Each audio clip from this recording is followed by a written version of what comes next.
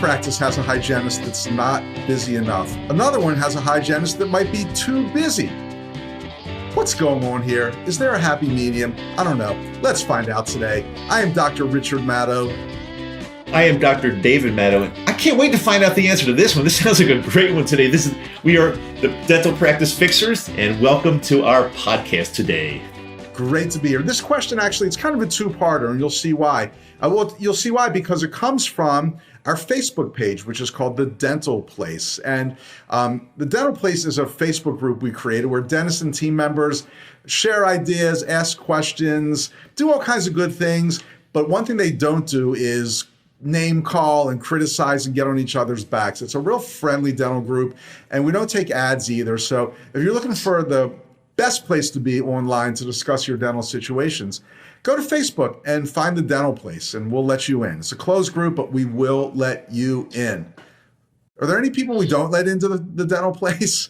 Yeah, there definitely are. People that look like they're absolutely going to market the shit out of you. We just don't let them in because that's not what this group is about. And by the way, Rich, we both go on some of those other Facebook dental groups, and there's some BS out there. I think I've got to say this. I think some of them could be downright dangerous. And I'm not going to mention a group, but I was reading something this morning about a dentist that we know, asking a question about some kind of financial thing, and some of the answers were downright dangerous. Seriously, it's really rough. You're saying that you thought the advice was very bad. Yes. Yeah.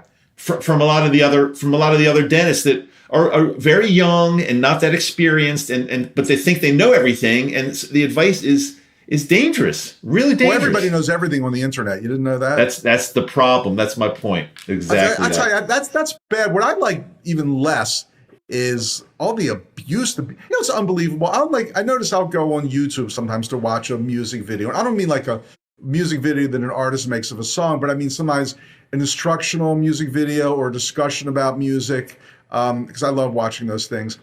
And sometimes like somebody will make a nice comment and somebody will make another nice comment. Then like 4 or 5 comments deep, it just goes downhill so rapidly into abusing people and political stuff. Why can't they just stay on topic and be nice? I don't get it. But I think the internet is a place where angry people can vent. Yeah, because it's easy to hide behind a keyboard. Some people don't use their real name, and it's really rough. But I'll tell you something. Having said that, I think dentistry is not nearly as bad as like the typical internet sites and chat rooms and YouTube and Twitter. I mean, dentistry is not even close. Not as bad. It's really not as bad. But there are some. I still don't like it when somebody asks an innocent question and they just are told how stupid they are by a colleague. That's just out of line. Yeah. Well, that was done a lot. In the older days, I mean, you and I both noticed that a lot on Dental Town. I mean, people would ask an innocent question. They needed help, and some of these like hotshots that knew everything would blast them a new you know what. It was horrible. Yeah, I felt that site kind of turned into a site for cronies, and if you weren't one of them, they really ripped you a new one. And I think that's really one of the things about Dental Place is that we love new members. There's no cronyism there. Everybody's welcome. Everybody's cool. Everybody's equal. And we have dentists and team members from all over the world sharing their insights. So it's a cool place. All right, hey, enough about the Dental Place. Let's get to this posting. This was a posting. I thought it was interesting. Somebody went on the Dental Place. This was a dentist, and they posted this. It says, I was talking to a friend who was more fee-for-service than I am, although I think he might take a couple PPOs. And I was somewhat surprised to learn that he has a bit of trouble keeping one full-time hygienist busy 4 days per week. He's been in practice in the same location in a major city for about 14 years. My question is this normal for a fee-for-service type office, having trouble keeping a hygienist busy? I would have thought by this time, meaning 14 years in practice, he would have no problem with that. Okay, so that's part one. And there were a bunch of comments about this. Then somebody named Mendy posted what I thought was a really interesting comment about her practice. It says, we are completely fee-for-service. We have 2 hygienists. One is 4 days per week. The other is 2 days per week. Right now, our next hygiene openings are in March. Now, this is October when we're recording this. So we're talking October, November, December, January, February, half a year away. Mm-hmm. Mm-hmm. We keep a list of people wanting appointments, and when someone cancels or reschedules, that opening is almost immediately filled. Is this a blessing or a curse? So the first question was saying that there is established 14-year-old fee-for-service practice, yet they can't keep one hygienist busy 4 days per week. The second posting was the opposite. They're completely fee-for-service. They have 2 hygienists. One is full-time, one is part-time, and they can't get a patient in for 6 months. What's going on here? What do you think? Any comments on either or both of these situations? Yeah, definitely. Remove the phrase fee for service, because we can talk about if fee for service practices work, but I think the first practice you mentioned, forgetting whether it's fee for service or not, they've been around for 14 years. There's something going wrong there in that practice. I mean, they're not doing something right because, and Rich, we see this every single day when we make calls to dental practices. I'm assuming we'll probably see it today as well. There's so many problems with scheduling. People that are answering the phone are not doing it right. They're spending money on marketing, which is going down the toilet because somebody calls and they don't get an appointment because the person on the phone messed it up. There's so many other things going on. I don't think who knows what kind of systems or what kind of problems they've got in that practice. I don't think it's a fee for service issue. And then the second one. Well, hang on. I just want to comment on your comment about the first practice. Then we'll get to the second one. Sure. If that's okay. I agree. It doesn't really matter if it's fee for service or not. I think that's a non-issue. I think somebody reading this question, the first thing they would think was, well, you need more new patients. And it's very possible that they do. Maybe they're doing a lot of things wrong. Maybe they're not treating their patients well. Maybe they just need to step up their marketing. Maybe it's a crappy practice and they're hurting people and they're not being kind to people, and that's why they're having trouble growing the practice. It's possible. But I agree with you. I think it's more likely that people are calling and they're not getting these people in the appointment book. Only because, as you said, we see it over and over and over and over and over again. So they probably do need to step up their new patient game, but just as likely, if not more likely, need to step up their scheduling game. Yeah, we don't know what's going on in that practice. And for all we know, it could be a terrible environment. You walk into and nobody wants to go to that practice. We don't really know the answer, but it's not a fee for service problem because look, if they could increase patient flow into that practice by accepting every single HMO, PPO, in the book, and that would help them get more patients, but that's not going to help their practice. There's things, I'm willing to bet there's things going on in that practice that need to be fixed. We're the dental practice fixers. We can sense this kind of stuff. And if these things get fixed, then this practice would thrive. There's very little question in my mind with the limited information we've got. Right. And on the fee-for-service thing, if the practice was like a year and a half old and they were saying, it's our goal to grow a truly fee-for-service practice, we're going to do it right. We know it's going to take time. Well, maybe after a year and a half, this would be not as alarming, but 14 years, right, and they can't even keep one hygienist busy, major problem. Right. I'm willing to bet that if we went, well, not we, you and I were not going in, but if one of our coaches, or we sent a couple of our coaches in there, whatever, it went into that practice, I'm willing to bet any amount of money that we would find so many things wrong in that practice. Again, it's not a fee for service issue. It's a practice issue. Things, and we do this every day. And I'm willing to bet we find all kinds of issues that once fixed would make this practice much better. Yeah, it sounds like they need a total revamp. Yeah. A full mouth reconstruction, as they say. Exactly, full mouth practice reconstruction. Okay, well, now let's talk about the second practice. It sounds like they're completely fee for service. It sounds like a hop in place. They have one full-time hygienist, one part-time hygienist, and wow, they can go to the local study club meeting and the dentist can brag to his or her fellow dentist, we're booked 6 months out. We can't get a new patient in for 6 months. Wow. Great bragging rights there, right? Maybe not so fast, cowboy. How about if they brought in one extra hygienist and now all of a sudden they've increased daily production like crazy. Oh yeah, they've got to pay another hygienist, but the ROI would be phenomenal. I mean, have they thought about that? Why would any practice ever want to make a patient wait for 6 months to get an appointment. That, to me, that is the most ridiculous thing ever. Yeah, I agree. This is the easiest one of all to answer of all the questions we've ever gotten, I think.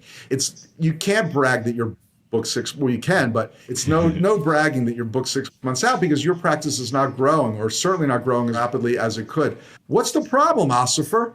Why have they hired another hygienist? It's the easiest. So what if the hygienist isn't busy every second of the day at first? She'll be seeing new patients. You'll be getting them in. You'll be doing much more treatment. This is the no-brainer's no-brainer.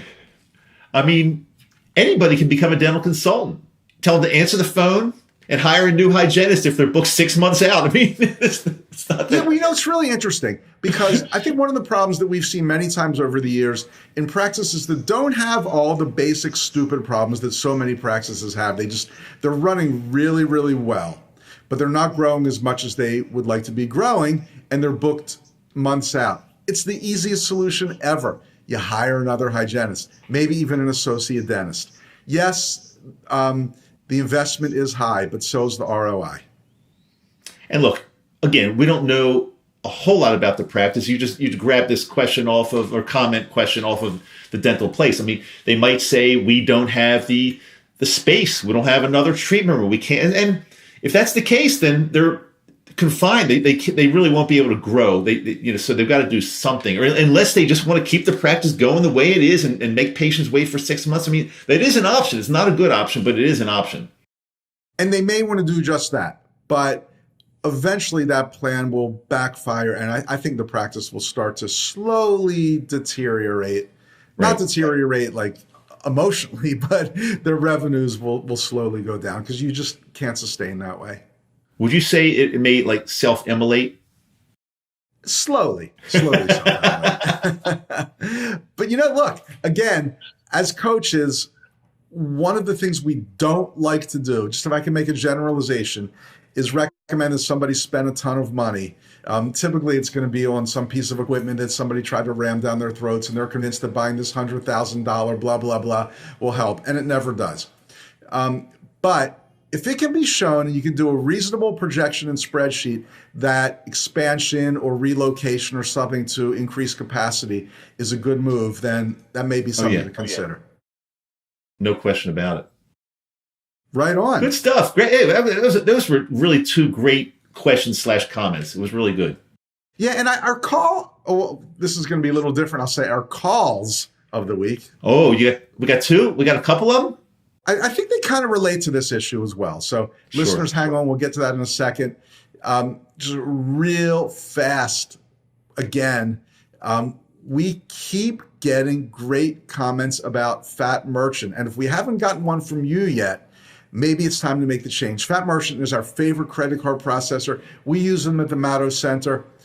So many reasons why. They're high tech, the transition's seamless, great customer support, 24/7 dashboard. But all that stuff would be meaningless if you were spending a ton of money on your credit card processing. And that's the number one thing about Fat Merchant. They do not charge an overage percentage. Right now, if you're not using Fat Merchant, you're paying an overage percentage. So what the heck are you waiting for? Get on board and just pay a low monthly fee for your credit card processing. Go to bit.ly/fatmad. That's FATTMAD. So it's bit.ly/FATTMAD, or just call 844-860-9951 and join the Fat Merchant credit card processing revolution. Rich, it's interesting because what we're doing here with the Dental Practice Fixers, it's all free. We don't charge for this. And I know a lot of groups out there are charging for information, and they've got every right to, but this is something, we've been doing this for 30 years, not the podcast, but we've been helping dentists become more successful and happier for 30 years plus now. We're not getting old. I know that, but this is something we're doing. I mean, we are offering this for free. And we would have every right to promote something like a very expensive piece of equipment that we're selling that we make huge profits on. But instead of doing that, we're also giving back because this is a no-brainer way for our followers, for our subscribers to make more money every month as well. So it's like a win-win. They're getting great free information from us if they want to listen to us or watch us every week, plus a way to save money and get money back in their dental practice. I mean, I can't think of anything better. All right, check out Fat Merchant. Let's do some calls. Now, what's special about these calls is I Googled cosmetic dentistry in a very large major city on the East Coast. And went on Google, and these two practices both had huge paid for ads. You could tell they were paying a fortune for their SEO and their pay-per-click. And then going to each website also, beautifully designed, very high-end websites. The point being, these practices are paying a ton in marketing so that when someone Googles, these are the practices that come up first. Okay, keep that in mind when you listen to the calls. All right, we have two quickies for you. Go. Thanks for calling. If you know your party's extension, you may dial it now. If you are interested in our D5 procedure, please dial 1. If you are not currently a patient with us and would like to become a new patient, please dial 2 to speak with Dawn. If you would like...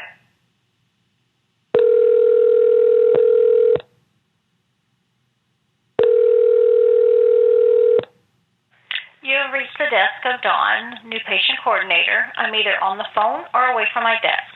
Please leave your name, number, and a brief message, and I will return your call as soon as possible. Thank you. Please leave your message after the tone. When done, hang up or press the pound key. This is Lisa. Hey, Lisa, I have a quick question for you. I'm missing a tooth, and I was told by a friend, actually, that I might need an implant there. Do you do those? We restore an implant, but if we need the implant, the actual implant itself, we would refer you to the surgeon for that. I see. And what actually is an implant? What does that mean? An implant is like, basically the implant itself replaces the root, once the tooth is out, it replaces the root portion of the tooth. And then there's like an abutment that goes on top of that screw type implant, and then we would put the crown on top of that. So we do the abutment and the crown, but the surgeon would put the actual implant in the jaw. Got it. What's an abutment mean? An abutment is basically what attaches the two pieces together. It screws into the implant, sticks up above the gum, so you have something to put the implant crown on. Got it. And are there other ways I might want to consider instead of an implant to replace this tooth? There's a fixed bridge, which where you would crown both teeth on either side of the space, and then there'd be a fake tooth in the middle. It'd be one piece, but it'd be 3 units. Gotcha. All right, well, that makes sense. Thank you so much for the information. You're welcome. Okay, bye-bye. Bye. All right, what do you think? I'll tell you, you picked two winners on that one. First two that came up, the biggest ads, the best websites. Unbelievable. The first one, I mean, so you made a comment that they're spending a fortune on ads, SEO, websites, all different types of marketing. They're spending a fortune. And the first one we get is, if you want to become a new patient, press 2. I think they said something. Now, that was not bad, not terrible. Although it's better to go to a live person at first. But okay. But I'll tell you what was interesting. They even gave the name of the new patient specialist. They said, if you're a new patient, push 2 to speak to blank, our new patient specialist. Wow, so far pretty cool. Even though we don't like the initial voicemail, pretty cool getting personalized service like that for new patients. But that new patient specialist was way too busy for me. I couldn't get into the practice. She's talking to somebody else. Apparently. Wow. They must be so successful. They are. They must be so successful. Totally.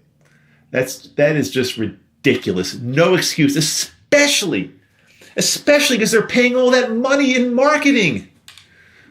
Unbelievable. And practice number 2 probably think their marketing is not as effective as it could be. Well, practice number 2, I